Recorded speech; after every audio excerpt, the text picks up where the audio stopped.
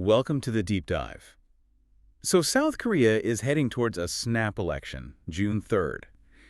Pretty significant moment, really, following President Yoon Suk-yeol's early exit, after that brief martial law declaration back in December. Yeah, it's all happened very quickly. It really has. And this election comes at a time when, the country's dealing with some deep divisions, economic worries, and those really important trade talks with America. Absolutely. So what this unexpected election tells us about South Korea now and maybe where it's heading, that's kind of the big question, isn't it? That's exactly what we want to unpack today. We've been looking at a recent piece from The Economist to sort of pull out the essential information you need to understand what's going on. Right. And the article mentions, 7 candidates on the ballot? Yes, 7. But really, we're going to focus on the 2 main contenders, the ones the article suggests, have the clearest shot at leading the country. Makes sense. The article really zooms in on these 2, and they have, very different backgrounds, very different paths to get to this point. Okay, let's get into it then. Starting with Jae-myung from the Democratic Party. The article says he had a relatively smooth ride through the nomination process.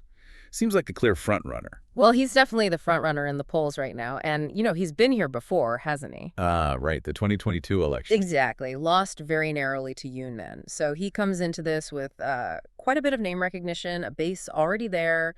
It's not new ground for him. But it's not entirely smooth sailing either. The article brings up these ongoing legal challenges, something about alleged election law violations. Yes, though it's crucial to say he denies those allegations. Right, he denies them. But still, that kind of legal cloud, how does that play with voters? Does it affect his viability? It must introduce some uncertainty, you'd think, even for a frontrunner. Voters have to weigh up the policies, sure, but also, the potential for more political drama down the line if these cases continue. Now, his backstory, as the article lays it out, is pretty striking. Grew up in a slum, worked in factories, then becomes a human rights lawyer, governor of Gyeonggi province. That's described as a remarkable transformation. It really is a powerful story, overcoming hardship, fighting for the underdog. That narrative can really connect with people. And his policies reflect that. Progressive populist flair is the phrase used. Calls for universal basic income. Yeah, that UBI proposal got a lot of attention. And he was critical of Yoon's foreign policy too, wasn't he? Felt Yoon leaned maybe too much towards the U.S. and Japan, perhaps neglecting China a bit. Which is always such a delicate balance in that region. Oh, absolutely. For South Korea, keeping stable ties with everyone, China, the U.S., Japan, it's vital, economically, strategically. His earlier comments suggested maybe a more independent path. But, and this is interesting, the article also notes a recent shift. He seems to be trying to project a more pragmatic image now. How so? Talking more about support for households, boosting the private sector, and importantly, emphasizing the U.S. alliance and being open to cooperation with Japan. What's behind that, do you think? Well, it's pretty common, isn't it? You win the nomination, then you often pivot slightly towards the center for the general election. Broaden the appeal, maybe attract some undecideds. Makes sense. Trying to reassure people, perhaps? Could be, though there's always a risk you might put off some of your original, more progressive base when you do that. It's a balancing act. And we can't forget the context here. The article mentions the assassination attempt he faced, and him wearing a bulletproof vest at his campaign launch just shows how intense things are. A really stark reminder of the political polarization there. It's deep. That division is going to be a massive challenge for whoever wins. Okay, let's switch gears then. The opposition candidate, Kim Moon-soo, from the People Power Party. The article suggests the selection process wasn't quite as smooth. Some infighting, maybe. Yeah, it sounds like it was a bit more turbulent finding Yoon's successor. The article mentions these party grandees, senior figures, apparently trying to push for someone else, Han Duk-soo, right near the deadline. Han Duk-soo. Who's that? Described as a more moderate technocrat. So the fact they tried to get him in suggests maybe some within the party weren't entirely comfortable with Kim Moon-soo, perhaps his more conservative leanings. Interesting. Kim Moon-soo also has a really powerful history, though, from a different angle. Started in the labor movement? Yes, back in the 80s, under the military dictatorship. He was imprisoned, even tortured for his activism. That's a serious background. Wow. That definitely shapes a person.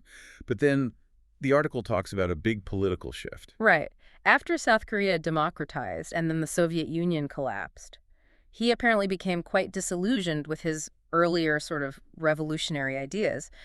moved significantly to the right. That's a major ideological journey. What prompted that, do you think? The article hints at it, but... Well, it mirrors what happened with some others globally post-Cold War, Seeing the failures of certain ideologies led some former leftists towards conservatism.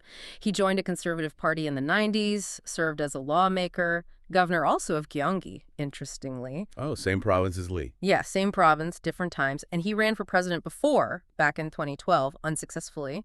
So what brought him back to the forefront now? Seems his strong backing of Yoon, especially after the martial law incident, really helped. He got a ministerial post under Yoon, and that loyalty likely played well with the PPP base. When his policies now, what's he pushing for? Pretty standard conservative platform, according to the article. Deregulation, tax cuts, building up the military, and definitely a strong alliance with America. So quite a contrast to Lee Jae-myung's initial positions, at least. A very clear contrast, yes. And it's fascinating that the party establishment maybe wanted the moderate, Han Duck-soo, but Kim Moon-soo got the nomination anyway. Says something about the party base, maybe? It certainly highlights that tension you often see, right, between the party leadership's preferences and the grassroots support. Kim's resilience, or maybe just his stronger connection with the members, won out in the end. Okay, so stepping back for a moment, the bigger picture here. The article really emphasizes the huge challenges facing the next president. Yeah, it's a tough inheritance, whoever wins. Uniting a really divided society, number one. Then there's the economy described as uncertain. And those trade talks with America.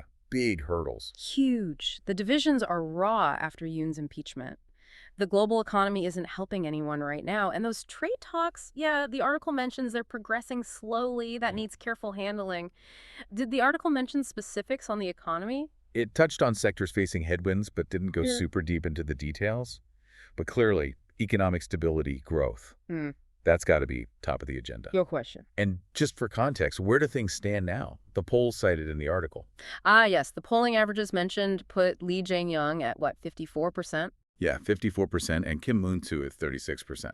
Now, obviously, polls are just a snapshot in time. Things can change. Absolutely. But it gives a sense of the current mood, at least as captured by those polls. Yeah. And all of this is happening against the backdrop, as the article notes, of the impeachment coverage, the focus on Lee's legal situation, the interim government dealing with potential U.S. tariffs. It's a very charged environment for an election. Right. So wrapping this up then, we've got this unexpected presidential election in South Korea, born out of, well, significant political turmoil. Yeah, quite the turn of events. And the two main choices offer really different visions. Lee Jae-myung, the progressive who seems to be moving towards pragmatism, and Kim Moon-soo, the conservative whose own political views have shifted dramatically over his career. Two very distinct paths, two different sets of core beliefs driving them. And whoever wins inherits, as we said, a really challenging situation. Precisely. A polarized nation, economic questions, tricky international relations. The stakes feel incredibly high for South Korea's future. Couldn't agree more. Which kind of leads us to a final thought for you, our listener. When you think about this divided society, the economic pressures, what's the single most crucial quality or maybe policy you think South Korea's next president needs to have or needs to implement? Something to think about as South Korea prepares to vote. Thanks for joining us for this deep dive.